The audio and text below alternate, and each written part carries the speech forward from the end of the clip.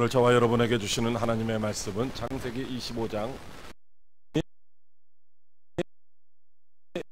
계획하시고 이루신다고 하십니다.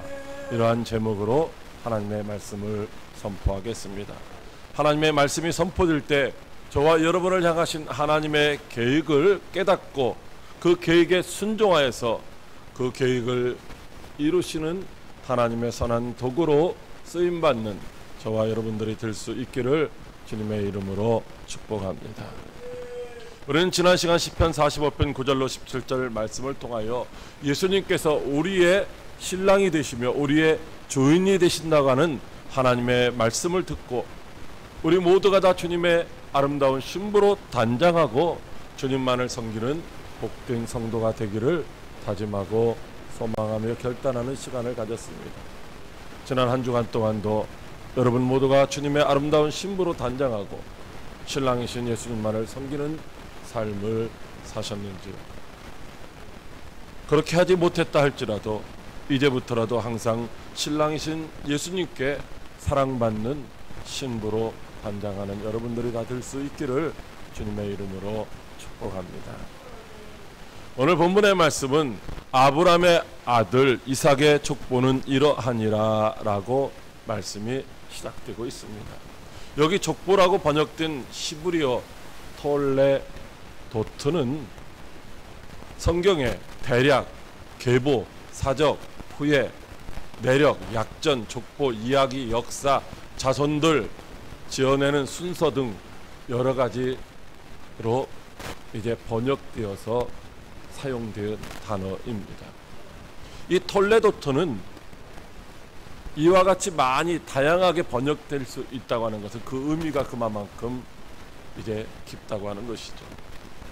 톨레도트의 원래 의미는 출생, 후손, 결과, 어떤 사건이나 사람의 역사라는 의미를 포함한 단어로서 어떤 사람에 의하여 생산되거나 생겨난 것들을 가르치는 단어입니다. 창세기는 10가지 톨레도트의 이야기입니다. 즉 10가지의 족보 혹은 10가지의 일어난 하나님의 하신 일들을 나타내주고 있는 것이죠. 첫 번째로는 창세기 2장 4절에 이것이 천지가 창조될 때에 하늘과 땅의 내력이니에서 내력이라고 번역되었습니다. 사람의 족보뿐만 아니라 이 땅이 우주 만물이 창조된 그 족보도 바로 똑같이 사용하고 있는 것이죠. 그리고 창세기 5장 1절의 두 번째로 이것은 아담의 계보를 적은 책이니라 해서 계보라고 하는 것으로 번역되어 있습니다. 그리고 노아의 족보, 노아 후손들의 족보, 셈의 족보, 데라의 족보, 이스마엘의 족보, 이삭의 족보, 에서의 족보, 야곱의 족보까지 10개의 톨레도토에 의해서 창세기 1장부터 50장까지 이제 끝이 나게 됩니다. 그러니까 창세기는 하나님이 천지 창조하신 것부터 시작해서 아담을 비롯하여 야곱의 삶까지 그 가운데 역사하셨던 하나님의 이야기라고 하는 것이죠. 그 가운데에 물론 아브라함의 이야기도 포함되어 있고 요셉의 이야기도 포함이 되어 있습니다. 오늘 그중 이삭의 삶 가운데 나타난 하나님의 역사하심을 우리가 함께 살펴보며 은혜를 나누려고 합니다. 즉 하나님이 이삭의 인생 가운데서 찾아오셔서 어떻게 무엇을 하셨는지를 한번 살펴보려고 하는 것이죠. 그 하나님은 오늘도 저와 여러분의 인생 가운데서 동일하게 찾아오셔서 하나님의 뜻을 우리를 통하여서 이루어 가시는 줄로 믿으시기 바랍니다. 하나님이 계획하시고 계획하신 대로 주관하시며 섭리하시고 오늘도 성취해 가십니다. 우리의 삶이라고 해서 내 인생이라고 해서 내 맘대로 되어지는 것이 아니라 내 뜻대로 이루어지는 것이 아니라 하나님의 계획하신 대로 이루어진다는 것이죠. 그러므로 우리를 향하신 하나님의 계획을 아는 것이 중요하고 또 그 계획을 알고 나서 그 뜻대로 순종하는 것이 중요하다고 하는 것이죠. 하나님의 계획하신 대로 내가 이제 이루어지기 위해서 선한 도구로 쓰임 받아야 된다고 하는 것입니다. 여러분, 이 땅에 있는 모든 사람은 하나님 앞에 다 쓰임 받는데 하나는 선한 도구로 쓰임 받고 하나는 악한 도구로 쓰임 받는 것입니다. 저와 여러분 모두가 다 하나님의 선한 도구로 쓰임 받는 축복의 주인공들이 될 수 있기를 주님의 이름으로 축복합니다. 오늘도 우리 모두가 우리 자신을 향하신 하나님의 그 계획을 알고 그 계획대로 순종하여서 하나님 앞에 귀하게 쓰임받는 복된 성도가 되게 하시려고 들려주시는 세 가지 은혜의 말씀에 귀를 기울이고 아멘으로 화답할 수 있는 성도 여러분들이 되시기를 바랍니다. 첫째로 하나님이 감찰하신다고 하십니다. 창세기 25장 21절에 하나님께서 모세를 통하여 이렇게 말씀하십니다. 이삭이 그의 아내가 임신하지 못함으로 그를 위하여 여호와께 간구하매 여호와께서 그의 간구를 들으셨으므로 그의 아내 리브가가 임신하였더니. 아멘. 이삭은 40세의 리브가와 결혼을 했습니다. 근데 그의 나이 59세가 되도록 자녀가 없었습니다. 그때 이삭은 아내인 리브가를 위하여 하나님 앞에 기도하였고 하나님은 이삭의 기도를 들으시고 리브가로 하여금 임신하여서 에서와 야곱을 낳을 수 있게 해주셨습니다. 이것은 하나님이 이삭의 기도를 들으시고 응답하셨다는 말씀인데 그것은 바로 하나님께서 이삭의 삶을 보고 계셨다는 것이죠. 그래서 기도하는 것을 보고 들으시고 원래 계획하셨던 대로 섭리하심으로 말미암아 이제 때가 되어서 그에게 두 자녀를 주셨다는 말씀입니다. 이삭이 리브가와 함께 머물며 기도하다가 응답받은 곳이 바로 부엘라 헤로이라고 하는 지역입니다. 부엘라 헤로이. 이 부엘라 헤로이는 야곱이 이스마엘 그 아들 이스마엘과 함께 아브라함에게 쫓겨났을 때에 통곡하며 울다가 하나님께서 만나주셨고 하나님께서 눈을 열어서 이제 보여주셨던 샘물이 있는 곳입니다. 그래서 이 부엘라 헤로이라고 하는 이 지명의 의미는 나를 감찰하시는 살아계신 자의 우물이라는 의미입니다. 그러니까 이삭은 리브가가 임신하지 못할 때에 절망하고 좌절하고 낙심하고 그런 것이 아니라 살아계셔서 자기 자신을 감찰하시는 자의 우물 곁에서 그 감찰하시는 하나님 앞에 부르짖어 기도하다가 응답 받은 줄로 믿으시기 바랍니다. 이 감찰이라고 하는 단어는 히브리어에서 라아라고 하는 단어입니다. 이 라아라고 하는 단어가 처음 사용된 것이 바로 창세기 16장 13절에서 하갈이 자기에게 이르신 여호와의 이름을 나를 살피시는 하나님이라 하였으니에서 여기 살피시는 하나님, 즉 살피시는 이게 라아라는 히브리어 단어입니다. 이 살피신다고 하는 단어, 즉 감찰하다고 하는 이 히브리어 라하는 어떤 의미를 갖고 있느냐?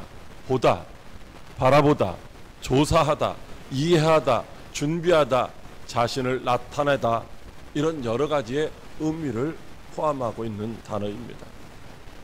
창세기 22장 14절에 아브라함이 그 땅 이름을 여호와 이레라 하였으므로 오늘까지 사람들이 이르기를 여호와의 산에서 준비되리라 하더라고 하는 그 말씀 가운데서 사용되어 있는데 바로 여호와 이레입니다. 여호와 이레라고 하는 이 단어는 여호와라고 하는 하나님, 여호와라고 하는 이 단어와 라하, 즉 보다, 준비하다, 살피다라고 감찰한다라고 하는 이 단어가 두 개가 합쳐진 것이 바로 여호와 이레라는 단어입니다. 그러니까 이 여호와 이레라고 하는 단어는 바로 하나님이 감찰하시고, 즉 하나님이 보시고 계획하시고 준비하시고 조사하시고 이해하시고 정한 때에 나타나셔서 하나님이 원래 계획하셨던 그대로 이루어 주신다는 말씀인 줄로 믿으시기 바랍니다. 그냥 물끄러미 바라만 보고 계신 것이 아니죠. 바라는 보고 또 가슴 마음 가운데서는 어떻게든 도와주고 싶은데 도와줄 수 없는 그런 하나님이 아니라 이제 우리의 상황을, 우리의 삶의 현장을 들여다보시고 자세히 조사해 보시고 하나님이 충분히 이해하신 다음에, 그리고 하나님이 정하신 때에 정하신 계획대로 우리 가운데서 이루어 주시는 역사를 바로 이 감찰이라고 하는 단어 속에 다 포함되어 있다고 하는 것이죠. 이삭이 임신하지 못하는 리브가를 위하여 하나님께 기도하고 응답받은 것은 바로 자신의 삶을 계획하시고 준비하시고 보시고 조사하시고 이해하심으로 말미암아 자신을 나타내심으로 이루어 주실 하나님께 기도하고 응답받은 것인 줄로 믿으시기 바랍니다. 감찰하시는 하나님은 지금도 저와 여러분의 삶을 준비하고 계시고 또 들여다보고 필요한 때에 이제 도와주실 줄로 믿으시기 바랍니다. 그러므로 어떠한 상황 가운데서도 우리가 불안해할 필요도 없고 두려워할 필요도 없고 낙심할 필요도 절망하거나 포기할 필요도 없는 줄로 믿으시기 바랍니다. 지금도 우리들의 삶 가운데서 우리들을 감찰하시는 그 하나님을 신뢰하고 의지하는 믿음으로 간구하면 무엇이든지 응답받게 될 줄로 믿으시기 바랍니다. 그러므로 감찰하시는 하나님께 응답받고 영광을 돌리는 그런 복된 성도 여러분들이 다 될 수 있기를 주님의 이름으로 축복합니다. 둘째로 하나님이 계획하신다고 하십니다. 창세기 25장 23절에 하나님께서 모세를 통하여 이렇게 말씀하십니다. 여호와께서 그에게 이르시되 두 국민이 내 태중에 있구나. 두 민족이 내 복중에서부터 나누이리라. 이 족속이 저 족속보다 강하겠고 큰 자가 어린 자를 섬기리라 하셨더라. 아멘. 이삭은 임신하지 못하는 아내 리브가를 위하여 기도했고 이제 하나님 앞에 응답받았습니다. 그 결과 리브가는 임신을 하였는데 태중에서 이제 있는 아이가 서로 싸우는 것이었습니다. 여기 서로 싸운다는 말은 그냥 단순하게 싸우는 정도가 아니라 눌러서 뭉개버리다, 으깨버리다, 압제하다, 분쇄하다, 아주 강력한 표현을 담고 있는 단어입니다. 그러니까 둘 중에 하나 싸우다가 그냥 조금 코피 나면 마는 게 아니라 죽기 살기로 싸워서 한 사람을 완전히 무너뜨리고 압제하는 정도의 싸움을 뱃속에서부터 했다는 것이죠. 장차 태어날 에서와 야곱이 끊임없이 다투게 될 것을 미리 말씀해 주시고 있는 것입니다. 그러자 리브가가 하나님 앞에 기도했습니다. 하나님, 내가 어찌하면 좋습니까? 이렇게 묻는 리브가에게 하나님께서 계획하셨던 것을 말씀해 주십니다. 두 민족이 태중에 있다는 것입니다. 두 아들이, 두 형제가 서로 싸우는 것이 아니라 그들이 이제 두 민족으로 갈라져서 이제 그들이 싸울 것인데 이 족속이 저 족보다 강하다. 큰 자가 어린 자를 섬길 것이다 라고 말씀해 주시고 있습니다. 여러분, 지금도 뭐 그런 부분이 없잖아 있지만 그 당시에는 일반적으로 장자가 부모의 대를 이어가는 것입니다. 장자가 차자보다 2배 이상의 많은 것을 상속받고 축복을 누리는 것이 일반적인 것이죠. 부모로서는 당연히 장자가 장자의 노릇하기를 기대합니다. 그런데 아직도 태어나지 아니한 형이 동생을 섬긴다고 말하니 어떻게 보면 부모가 마땅치 않게 생각할 수도 있고 정말로 불공평한 일을 하나님이 하신다라고 생각할 수도 있는 것이죠. 그리고 그런 가운데 하나님, 아직 태어나지도 않았는데 그 아이가 남자인지 여자인지 어떻게 알고 그 아이들이 앞으로 되어질 일을 어떻게 알 수 있습니까? 라고 이제 반문할 수도 있습니다. 그것이 정말로 운명으로 정해졌다고 한다면은 에서는 참으로 억울한 일이 아니겠습니까? 그런 상황 가운데서도 리브가는 하나님 앞에 아무 말도 하지 못했습니다. 왜냐하면 하나님이 계획하시고 하나님이 그렇게 하시겠다는데 무슨 말을 할 수가 있겠습니까? 그저 하나님의 하실 일에 대해서 믿음으로 순종할 뿐이었던 것입니다. 그렇게 하나님이 정하신 기간이 되어서 이제 이삭의 나이 60세에 리브가를 통하여 에서와 야곱을 낳게 되었습니다. 먼저 나온 자는 붉고 전신이 털옷 같아서 이름을 에서라 하였고, 후에 나온 아우는 손으로 에서의 팔꿈치를 잡았으므로 그 이름을 야곱이라 하였다고 말씀하고 있습니다. 야곱이 에서의 발꿈치를 잡고 나왔다는 것은 장차 야곱이 형인 에서의 장자권에 대해서 치열한 다툼을 할 것을 암시해주고 있는 내용입니다. 이처럼 세상의 역사는 우리의 수고나 노력에 의해서 이루어지는 것이 아니라, 우리가 원하는 대로, 우리가 뜻하는 대로 되어지는 것이 아니라 하나님이 계획하시고 하나님이 섭리하시며 하나님이 이루어 가시는 줄로 믿으시기 바랍니다. 로마서 9장 11절 이하에 그 자식들이 아직 나지도 아니하고 무슨 선이나 악을 행하지 아니한 때에 택하심을 따라 되는 하나님의 뜻이 행위로 말미암지 않고 오직 부르시는 이로 말미암아 서게 하려 하사 리브가에게 이르시되 큰 자가 어린 자를 섬기리라 하셨다라고 말씀하고 있습니다. 여러분, 태중에 있는 에서와 야곱에 대하여서 하나님이 계획하셨는데, 에서와 야곱의 어떤 재능이나 혹은 뭐 성격이나 이런 것을 보고 택하신 것이 아니라 하나님이 이미 태중에 있기 전에 그렇게 계획하셨고 그렇게 섭리하시겠다라고 말씀하시고 있는 것입니다.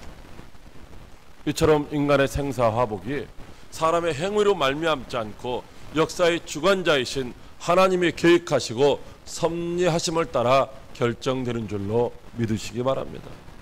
여러분, 그렇다고 해서 우리가 아무것도 하지 않는 것은 아닙니다. 하나님의 뜻이 무엇인지를 깨닫고 이제 그 뜻이 우리에게 이루어지기를 위해서 우리가 기도하고 순종하며 헌신해야 된다고 하는 것이죠. 왜냐하면 하나님은 모든 사람들을 향하신 것이 이제 복을 받아서 하나님이 주시는 그 복으로 이제 살아가기를 원하시기 때문입니다. 하나님은 한 사람도 멸망당하기를 원하시는 것이 아니라 모든 사람들이 다 구원에 이르기를 원하시는 줄로 믿으시기 바랍니다. 그러므로 오늘 저와 여러분을 향하신 하나님의 선하시고 기뻐하시고 온전하신 그 계획이 무엇인지를 우리가 분별하기를 힘써야 될 것입니다. 그래야 우리 자신을 하나님의 계획하심에 따라 하나님이 기뻐하시는 거룩한 산 제물로 드려서 하나님을 영화롭게 하는 그 귀한 일에 쓰임받는 저와 여러분들이 다 될 수 있기를 주님의 이름으로 축복합니다. 셋째로, 하나님이 이루신다고 하십니다. 창세기 25장 34절에 하나님께서 모세를 통하여 이렇게 말씀하십니다. 야곱이 떡과 팥죽을 에서에게 주매 에서가 먹으며 마시고 일어나 갔으니 에서가 장자의 명분을 가볍게 여김이었더라. 아멘. 하나님의 계획이 이삭의 기도를 통하여서 이루어졌습니다. 큰 자가 작은 자를 섬기게 될 것이라는 하나님의 계획 가운데 에서는 익숙한 사냥꾼으로 들 사람이 되었고 야곱은 조용한 사람으로 장막에 거주하게 되었습니다. 이삭은 에서가 사냥한 고기를 좋아함으로 그를 사랑하였지만은 리브가는 하나님의 계획을 믿었기 때문인지 아무튼 자기 곁에 자기를 도와주고 있는 야곱을 더 사랑하게 되었습니다. 그러던 어느 날 야곱이 팥죽을 쓰고 있는데 마침 사냥에서 돌아온 에서가 시장하다고 그 팥죽을 먹게 해달라고 하는 것이었습니다. 그때 이 약삭빠른 야곱은 그럼 내가 이 팥죽을 줄 테니까 형의 장자의 명분을 내게 팔아라 라고 하죠. 에서는 장자의 명분을 가볍게 여기고 내가 지금 죽게 되었는데 그따위 장자의 명분이 내게 무슨 유익이 있겠느냐며 팥죽 한 그릇에 장자의 명분을 야곱에게 팔았습니다. 그리고 에서는 팥죽을 먹으며 마시고 일어나 갔다라고 말씀하고 있습니다. 먹고 마시고 일어나 갔다, 이게 네 가지의 동사, 네 가지의 행동이 순식간에 멈춤도 없이 생각할 여유도 없이 순식간에 이루어지고 있다고 하는 것이죠. 순간적인 욕구를 참지 못하고 하나님의 뜻을 저버리는 우리들의 모습도 어쩌면 그렇지 않을까. 그 결과 에서는 악한 행동으로 말미암아 하나님의 뜻을 이루는 도구는 도구지만은 불의한 도구로 쓰임받은 줄로 믿으시기 바랍니다. 그런데 야곱의 행동은 어떻을까요? 그가 팥죽 한 그릇으로 에서의 장자권을 산 것은 과연 옳은 일이었을까요? 훗날 아버지를 속이고 에서의 축복을 가로챈 것도 과연 그것이 하나님의 뜻일까요? 야곱이 이삭의 축복을 받도록 도운 리브가의 행동은 하나님의 계획을 이루기 위한 과연 선한 일이었을까요? 여러분, 절대 그렇다고 할 수는 없습니다. 그것이 하나님의 뜻을 이루는 것이었지만, 그러나 하나님은 남의 것을 탐하거나 남을 속이는 일을 하라고 말씀하시지 않는 줄로 믿으시기 바랍니다. 하나님은 능력이 없어서 우리의 도움이 필요하신 분도 아니시고, 하나님은 전지전능하심으로 말미암아 능치 못할 일이 없으신 분이신 줄로 믿으시기 바랍니다.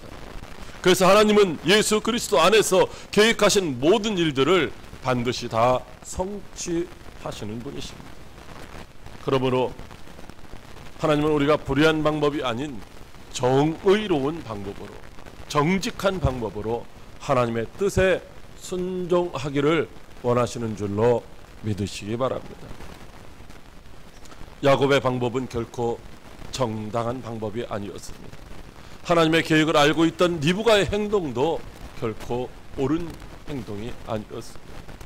야곱이나 리브가가 스스로 하나님의 계획을 이루려고 할 필요는 없었던 것입니다. 하나님이 정하신 때에 하나님의 방법으로 이루시도록 그냥 하나님을 믿고 신뢰하며 순종하는 자세로 기다렸더라면 하나님은 더 좋은 방법으로 하나님의 뜻을 이루어 주셨을 것입니다. 형제간에 원수를 맺지 않아도 될 것이고, 사랑하는 아들 야곱을 20년 동안 못 보는 가운데 살지 않아도 되었을 것이다 라고 하는 것입니다. 하나님은 홍해바다 앞에 있는 이스라엘 백성들에게 너희는 두려워하지 말고 가만히 서서 하나님의 행하시는 구원을 보라고 말씀하십니다. 그리고 하나님은 홍해바다를 가르시고 그 가운데로 건너가라고 말씀하시죠. 이스라엘 백성들에게 홍해바다를 너희가 가르고 그 가운데로 건너가라고 말씀하시는 것이 아니라 갈라진 홍해바다 사이로 건너가라고 하시는 것이죠. 이스라엘 백성들은 잠잠히 하나님이 하신 일을 보고 있다가 바다가 갈라졌을 때 그 바다를 마른 땅과 같이 건너면 되었던 것입니다. 하나님은 장차 우리들에게 일어날 일들도 계획하셨습니다. 그 계획하시면은 그 계획을 성취하시는 방법까지도 다 포함되어 있는 줄로 믿으시기 바랍니다. 지금도 우리 앞에 홍해와 같은 장애물들이 있지만은 그 앞에서 두려워하고 있는 우리들에게 주님은 말씀하시기를 너희가 스스로 그 방법을 모색하고 개척하라고 말씀하시는 것이 아니라 잠잠히 하나님을 믿고 신뢰하고 하나님이 하실 일들을 바라보라고 말씀하시고 있는 것입니다.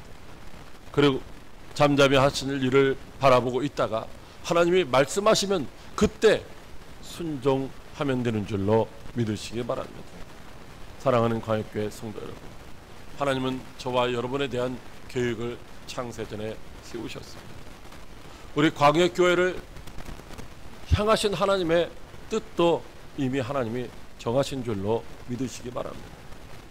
교회가 많은 사람들이 채워지고 부흥하고 더 큰 교회를 짓고 더 큰 일을 하기를 원하는 것은 우리들의 마음이고 소원이지만, 그러나 하나님의 뜻 가운데서 때가 되면 이루어질 줄로 믿으시기 바랍니다. 우리가 10년 동안이나 이제 교회를 다시금 건축하고 싶어서 계속 기도했지만 하나님은 잠잠하셨습니다. 그러나 때가 되니까, 길고 긴 시간이었지만 그 때가 되니까 이제 하나님께서 하나님의 방법으로, 우리는 할 수 없었지만 하나님의 방법으로 이곳에 이제 교회를 건축하게 하셨던 것처럼 하나님은 저와 여러분 개개인의 삶의 문제도, 그리고 광역교회의 문제도 하나님이 계획하신 선한 방법으로 이루어 주실 줄로 믿으시기 바랍니다. 그러므로 저와 여러분들은 하나님의 계획이 무엇인지를 분별해야 합니다. 그리고 하나님이 말씀하시면 그때 순종할 수 있도록 준비가 되어 있어야 하는 것이죠. 바로 이스라엘 백성들에게 여리고를 돌라고 하면 그들이 돌았던 것처럼, 요단 강물을 건너라고 하면은 건너갔던 것처럼, 우리들도 이제 믿음으로 준비하고 있다가 하나님 말씀하실 때 순종할 수 있기를 주님의 이름으로 축복합니다. 그렇게 되면 요단 강물과 같이 넘치는 장애물들이 우리 앞에 있다 할지라도 이제 우리가 넉넉히 해결하고 승리하는 삶을 살아갈 수 있을 것입니다. 다만 우리가 하나님보다 앞서 나가지 마시기 바랍니다. 야곱과 리브가도 하나님보다 앞섰다가 고통스러운 시간들을 보냈던 것입니다.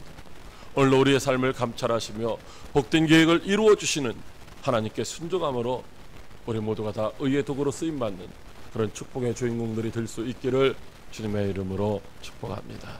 기도하겠습니다.